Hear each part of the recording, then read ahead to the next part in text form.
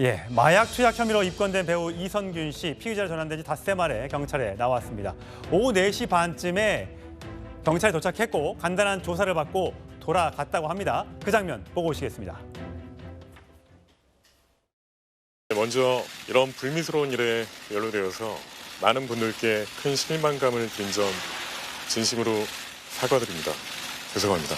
그리고 무엇보다도 지금까지 저를 믿고 지지해 주셨던 모든 분들에게 다시 한번 고개 숙여 사과드리겠습니다. 지금 이 순간 너무 힘든 고통을 감내하고 있는 가족들에게 미안한 마음입니다. 다시 한번 모든 분들에게 진심으로 사과드립니다. 성실하게 조사에 임하겠습니다. 마약 투약 혐의 인정하십니까? 네, 조사에서 성실하게 진실되게 대답하겠습니다. 유흥업소 실장한테는 어떤 협박을 받으신 건가요? 그 또한 조사에서 성실히 임하도록 하겠습니다. 오늘 주실 출석까지 하셨는데 지금 심경 한번 말씀해 주세요. 죄송한 마음뿐입니다. 다른 입건 서류랑 어떤 관계실까요? 됐습니다. 혹시 오늘 어떤 부분을 좀 중점적으로 소명하시는지. 오늘은 휴대폰 이미 제출했고요. 다음 정식 조사 때 필요한 요청사항들 잘 응하고 왔습니다. 추후에 조만간 조사 불러주신다고 하니까 그때 성실히 답변하겠습니다. 임하겠습니다. 예, 배상원 교수 나오셨습니다. 자, 오늘 저렇게 이선균 씨가 출석을 했는데 한 1시간 반 정도 만에 돌아갑니다. 간단한 조사를 마쳤다고 하는데 소변 검사나 모바일 검사 이걸 통해서는 금방 마약 투약 혐의가 금방 나오나요? 네, 지금 적용되는 법규에 따라서 여러 약물에 대한 부분이 필요하고요. 예. 그런데 지금 출두를 했기 때문에 또 시체 검증 영장이 나온 상태라고 합니다.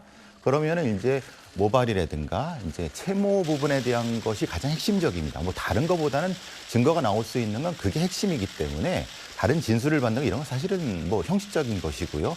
다음 뭐 어떤 주의사항이라든가 뭐 출국해서 안 된다라든가 성실히 조사하겠다는 것 간단하게 하고 그 다음부터는 휴대폰은 이미 제출했을 것이고 예. 한 3, 40분 이상은 아무래도 채모에 대한 그 검증, 말하자면 그걸 통해서 확인한. 그러니까 지금 단계에서는 소변에 대한 건 의미가 없습니다. 왜냐하면 그건 그 간이기 때문에. 예, 왜냐하면 그건 의미가 없고 예. 이제 채모를 통해서 국가에서 분석하는 그걸 가지고 이제 결과를 가지고 다투게 됩니다. 그 채모는 이제 가지고 검사를 하면 1년 전까지도 이게 나온다면서 어떤 마약을 했다면? 근데 마약의 종류에 따라 다릅니다. 정확히 마약류죠. 네. 향정은 뭐 예를 들면 3개월 아니면 코카인이라든가 다른 부분은 6개월까지 가는 경우도 있고요. 다른 형태는 1년까지도 가는 경우도 있고요. 예. 그 종류에 따라 다르기 때문에 문제는 이제 이선균 씨가 적용되고 있는 그 약물의 종류가 좀 많은 것 같습니다. 그렇기 때문에 조금 더 기간이 걸릴 수도 있습니다. 그러니까 국가에서의 검사가. 예. 자, 상 변호사님. 네. 오늘 받고 있는 혐의가 이제 두 가지인데 마약류 관리법은 마약류 사용, 재배, 소지, 매매 등의 행위 금지하는데 이선균 씨에만은 대마와 향정신성 의약품, 향정이라고 합니다. 자, 지드래곤 씨의 혐의와는 좀 다릅니다. 좀 설명을 좀 해주세요. 사실 이 마약류 관리에 관한 법률에 따르면 정확하게 이 마약류라는 것을 세 가지로 분류를 하고 있습니다. 하나, 대마와 향정, 마약 이렇게 분류가 되는데요.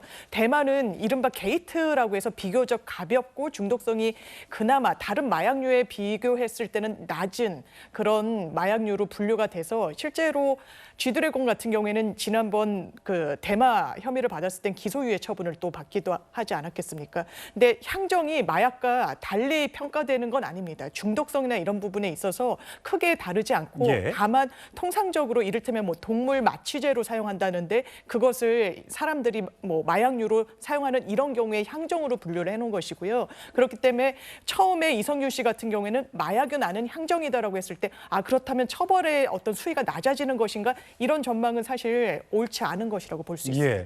자, 이선균 씨 아까 출석하면서 울먹이는, 특히 가족들에게 얘기할 때는 울먹이는 모습을 보였는데 사실 얼마 전에 부인인 전혜진 씨, 같은 배우죠. 전혜진 씨가 강남에 이제 빌딩을 매각하면서 이 돈이 혹시 협박을 받은 그 관련된 3억 5천만 원을 이선균 씨가 술집의 여종업원에게 실장에게 건넸는데 그것과 혹시 관련이 있는 것이 아니냐라는 이제 의혹이 났습니다만 거기에 대해서는 이선균 씨 변호인이 건물 매각과 이번 마약 투약 혐의와는 별개다.